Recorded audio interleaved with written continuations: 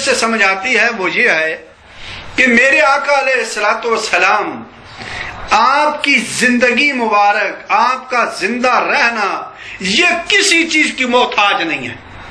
یہ کسی چیز کی بولے یہ کسی چیز کی محتاج نہیں ہے. کیسے؟ دیکھیں زندگی کے لیے سب سے پہلی چیز جو ہے وہ ہے ہوا. کیا چیز ہے؟ ہوا نہ ہو کوئی بندہ زندہ رہ سکتا؟ آج لوگ جو چاند کے اوپر جاتے ہیں تو آپ کے علم میں ہے کہ وہ کتنا آکسیجن ساتھ لے کر جاتے ہیں. وہ ہوا ہی ہوتی ہے نا، آکسیجن وہ ساتھ لے کر جاتے ہیں. کوئی ایک آج تک دکھا دیں کہ جو بغیر آکسیجن کے جس نے چاند تک کا سفر کیا ہو، نہیں کر سکا. اوپر تھوڑا سا جائیں تو اوپر جہاں یہ آکسیجن ختم ہو جاتی ہے وہاں اگر آدمی چلا جائے تو موت ہو جاتی ہے. آکسیجن ضروری ہے. وہ اتنے بڑے سلنڈر اور خدا جانے کیا کیا یہ تمام ان کے ساتھ ہوتے ہیں. اور سفر کہاں تک کرنا ہوتا ہے؟ چاند تک. یہ چاند کو اتنا دور بھی نہیں ہے. تو چاند تک سفر کرنے کے لیے اتنا گیس کی ضرورت ہے. اور نبی رحمت صلی اللہ علیہ وسلم جب اتنا سفر کیا ہے، کوئی بتائے کہ آپ نے کوئی سلنڈر رکھے ہو، کوئی آکسیجن، کوئی ہوا کا بندوبست کیا ہو. نمبر 2، دوسری چیز جو زندگی کے لیے ہے وہ ہے غذا. کیا چیز ہے؟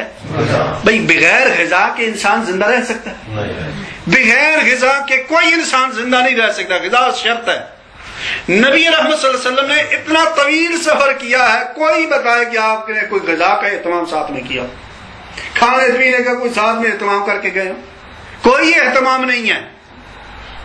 اب اس حدیث کو دیکھ لیں، نبی رحمت صلی اللہ علیہ وسلم، بخاری شریف اور دیگر کتب کے اندر موجود ہے کہ نبی رحمت صلی اللہ علیہ وسلم نے 70 دن کا مسلسل روزہ رکھا. 70 دن کا، جس کے اندر افطاری نام کی کوئی چیز ہی نہیں تھی، مسلسل روزہ چلتا رہا. ہے کوئی ایسا انسان جو 70 دن بغیر کھائے پیے، بغیر کسی چیز کے رہے؟ اللہ کے محبوب صلی اللہ علیہ وسلم نے 70 دن کا روزہ رکھا اور وہ 70 تو 70 رہے. اب یہاں اتنا طویل سفر ہے لیکن کھانے پینے کا ساتھ ہمیں کوئی اہتمام بولے کوئی اہتمام نہیں ہے. 2 چیزیں ہوگی. اب تیسری چیز زندگی کے لیے جو عام ترین ہے وہ ہے دل. وہ کیا چیز ہے؟ بولتے رہے نا، وہ کیا چیز ہے؟ وہ دل ہے، قلب ہے، دل ہے. کوئی شخص ایسا نہیں ہے کہ جس کا دل باہر نکال کے رکھ دیا جائے اور زندہ رہے. آج اگر آپریشن ہوتے ہیں اس موجودہ دور کے اندر، دل نکالے جاتے ہیں تو آپ کے علم میں ہے کہ وہ بندہ بے ہوش کر دیا جاتا ہے، مثل موت ہوتا ہے. اسے کوئی پتہ نہیں ہوتا اس کے ساتھ کیا ہو رہا ہے. وہ بے ہوش ہو چکا ہے، اسے کوئی خبر نہیں ہے.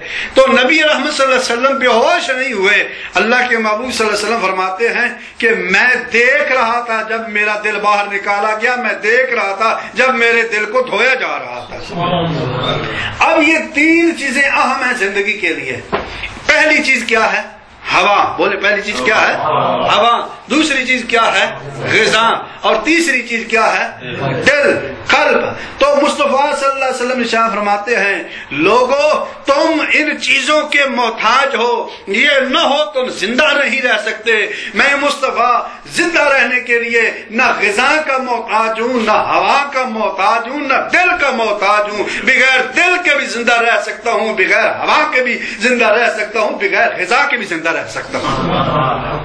ان چیزوں. اب یہی وجہ ہے کہ آج بھی ہم بتاتے ہیں کہ اللہ کے محبوب صلی اللہ علیہ وسلم اپنی قبر انور کے اندر زندہ و جاوید موجود ہیں. یارو کیوں نہ ہوتے کہ پہلے نمبر پر تو یہ ہے کہ حضور دل کے محتاج ہی نہیں ہے. لیکن اب حالت یہ ہے کہ جب دل باہر تھا اس وقت میرے آقا زندہ تھے. اب تو دل مبارک جسم میں موجود ہے، اب کیسے وہ مردہ ہو سکتے ہیں؟ گویا پتہ یہ چلا میرے محبوب کا دل باہر ہو تب بھی میرا نبی زندہ ہے، میرے نبی کا دل اندر ہو تب بھی میرا نبی زندہ ہے. تو وہ ان چیزوں کے محتاج نہیں ہے. اس لیے اس سے پتہ یہ چلا، چوتھا مسئلہ یہ پتہ اس سے یہ چلا کہ میرے نبی بے مثل و بے مثال ہیں. بے مثل ہو، آپ کی مثال کوئی نہیں ہو سکتا. اس لیے کہ اگر کوئی مثال ہو تو پھر اسے بغیر آکسیجن کے اوپر جانا چاہیے، ہوا کے زندہ بھی رہنا چاہیے. بغیر ہوا کی کوئی زندہ رہ کر دکھائے. اگر کوئی مثل مصطفیٰ ہے نعوذ باللہ، بغیر غذا کے کوئی زندہ رہ کر دکھائے، بغیر قلب اور دل کے زندہ رہ کر دکھائے، معلوم ہوا ان چیزوں کے علاوہ کوئی زندہ نہیں رہ سکتا۔ میرے مصطفیٰ زندہ رہے ہیں، اس لیے میرے آقا کی قیامت تک کوئی مثل پیدا نہیں ہو سکتا۔ یہ شان ہے آقا علیہ الصلوۃ والسلام کی۔ نبی رحمت صلی اللہ علیہ وسلم کی زندگی مبارک کے اندر متعلق جو ہے وہ یاد رہے، نبی رحمت صلی اللہ علیہ وسلم نے ایک حدیث پاک میں بالکل واضح ارشاد فرمایا، نبی رحمت صلی اللہ علیہ وسلم نے ارشاد فرمایا کہ یہاں ایک اور مسئلہ کہ سونے کے تشت کے اندر کیوں رکھا گیا دل مبارک؟ کس کے اندر رکھا گیا تھا؟ سونے کے تشت۔ یہ بھی تو ایک مسئلہ ہے، سونے کے تشت میں کیوں رکھا گیا؟ اس کی کیا وجہ؟ یہ کہ کوئی کام حکمت سے خالی نہیں ہے، اور اللہ جل جلالہ نے جو اہتمام کیا اس میں بے شمار حکمتیں ہیں، کوئی حکمت سے خالی نہیں ہے۔ سونے کا تشت کیوں لیا؟ کہا محبوب ہم یہ لوگوں کو بتا دینا چاہتے ہیں، سونا وہ ہے جسے مٹی نہیں کھایا کرتی، تیرا دل ہم نے سونے کے تشت میں رکھ کر بتا دیا ہے، جیسے سونے کو مٹی نہیں کھا سکتی ایسے انبیاء کے جسموں کو بھی مٹی نہیں کھا سکتی۔ جیسے سونا مٹی میں جا کر بھی محفوظ ہے، سونا ہوتا تو مٹی کے اندر ہے لیکن اسے مٹی زر نہیں پہنچاتی، اس کا نقصان نہیں کرتی، محبوب تیرا جسم مٹی میں بھی چلا جائے پھر بھی مٹی نقصان نہیں پہنچا سکتی۔ یہی وجہ انبیاء علیہ الصلوۃ والسلام اپنی قبروں میں زندہ، نبی رحمت صلی اللہ علیہ وسلم ایک حدیث پاک میں ارشاد فرماتے ہیں ان اللہ حرم علی الارض ان تأکل اجساد الانبیاء فنبی اللہ حی یرزق۔ حضور علیہ السلام مشکوٰۃ شریف کی حدیث ہے، نبی رحمت صلی اللہ علیہ وسلم نے ارشاد فرمایا کہ ان اللہ حرم علی الارض ان تأکل اجساد الانبیاء، اللہ نے مٹی کے اوپر، زمین کے اوپر حرام کر دیا ہے انبیاء کے جسموں کو کھانا، فنبی اللہ حی، اور فرمایا کہ نبی اپنی قبروں میں زندہ ہوتے ہیں، حیّن۔ اور جلال الافہام کے اندر ابن قیم نے جو اسی حدیث کو نقل کیا تو آگے لکھتے ہیں کہ حیّن یرزق، کہ وہ قبروں کے اندر انہیں رزق بھی دیا جاتا ہے جو وہ کھاتے بھی ہیں اور پیتے بھی ہیں۔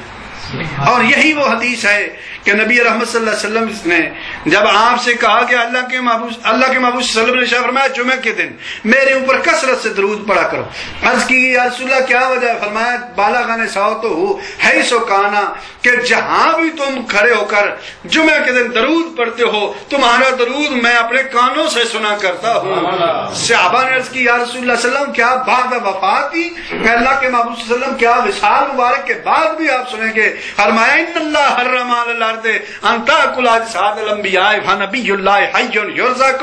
ہاں اگر میرے وصال کے بعد بھی پڑھو گے، جیسے زندگی میں ظاہری حیات میں تمہارے درودوں کو سنتا ہوں ایسے ہی قبر میں جانے کے بعد بھی سنتا رہوں گا۔ تو پتہ چلا میرے آقا علیہ الصلوۃ والسلام جیسے ظاہری حیات میں اس دنیا میں موجود تھے ایسے ہی گنبد خضرا شریف کے اندر بھی موجود ہیں، اور آپ کی حیات طیبہ کے اوپر کوئی شک نہیں ہے۔ یہی اللہ کا قرآن ارشاد فرماتا ہے من عمل صالحا من ذکر او انثی وهو مؤمن فلنحیینہ حیاۃ طیبہ۔ اللہ ارشاد فرما رہا ہے عام لوگوں کی حالت یہ ہے کہ جو اعمال صالح کریں، اللہ ارشاد فرما رہا ہے کہ مرد ہوں یا عورت ہوں، جب وہ اس دنیا سے جاتے ہیں اس سے بہتر زندگی ہم انہیں قبر میں عطا فرما دیتے ہیں۔ تو جب اولیاء کو، صالحین کو بہترین زندگی ملتی ہے نبی رحمت صلی اللہ علیہ وسلم کا تو کیا کہنا۔ بہرحال یہ چند مسئلے جو میری سمجھ میں آئے وہ آپ کی گوش گزار کیے۔ نبی رحمت صلی اللہ علیہ وسلم شرح فرماتے ہیں پھر میرے سامنے ایک سواری لائے گئی جسے براق کہا جاتا ہے۔ یہ براق سواری آئی، نبی رحمت صلی اللہ علیہ وسلم کو آپ کے قلب مبارک کو جب آپ کے سینہ مبارک میں رکھا گیا، جبریل نے پھر انگلی کا اشارہ کیا، سینہ ٹھیک ہو گیا، اللہ کے محبوب صلی اللہ علیہ وسلم نے جنتی جوڑا پہنا، اب ملائکہ پیچھے۔ نبی رحمت صلی اللہ علیہ وسلم جب براق کے اوپر قدم رکھنے لگے نا، صاحب معارج النبوت نے نقل کیا کہ نبی رحمت صلی اللہ علیہ وسلم نے رونا شروع کر دیا۔ جبریل عرض کرتے ہیں یا رسول اللہ آپ رونے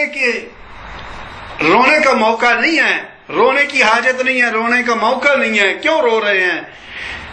فرمایا جبرائیل رو اس لیے رہا ہوں، آج اللہ جل جلالہ نے بڑی کرم نوازی فرمائی، مجھے اپنی بارگاہ کے اندر بلایا، اتنا اہتمام کیا، میرے لیے جنتی براق بھیج دیے۔ یہ سب کچھ تو ہو گیا، کل قیامت کے دن جب میری امت قبروں سے نکلے گی تو ان کی حالت کیا ہوگی، وہ کس حال میں میدان محشر میں آئیں گے۔ مجھے میری امت یاد آ گئی، یا امت کے غم میں، امت کے فکر میں رونا شروع ہو گیا۔ رب عزوجل جلال نے فرمایا جبرائیل کہہ دے میرے محبوب کو کہ روئے نہیں، آج رونے کا موقع نہیں ہے۔ آج تو ہم نے اسرائیل کو اس لیے چھٹی کرا دی ہے کہ آج کوئی اور نہ روئے۔ محبوب جب تیرے صدقے اوروں کو رونا ہم نے بند کرا دیا ہے، تیرا رونا ہم کیسے گوارا کرتے ہیں۔ محبوب آج تیرے ساتھ وعدہ کرتے ہیں، آج تو سوار ہو جا براق کے اوپر، جیسے ہم نے تیرے لیے براق بھیجی ہے، جو تیرے مخلص مومن ساتھی ہوں گے۔ کل قیامت کے دن جب وہ اپنی قبروں سے نکلیں گے، ہر ایک کی قبر کے اوپر ہم سواری بھیج دیں گے، وہ سواری کے اوپر سوار ہو کر میدان محشر میں آئیں گے۔ حضرات محترم نبی رحمت صلی اللہ علیہ وسلم سواری کے اوپر سوار ہو گئے۔ سواری کے اوپر سوار ہو کر اللہ کے محبوب صلی اللہ علیہ وسلم نے چلنا شروع کر دیا۔ اللہ کے محبوب صلی اللہ علیہ وسلم ارشاد فرماتے ہیں میں نے دیکھا ایک علاقہ آ گیا جو کھجوروں کا علاقہ تھا، جہاں کھجوریں تھیں۔ میں نے پوچھا جبرائیل یہ کون سا علاقہ ہے؟ تو جبریل نے عرض کی یا رسول اللہ صلی اللہ علیہ وسلم یہ آپ کی ہجرت گاہ ہے، آرام گاہ ہے،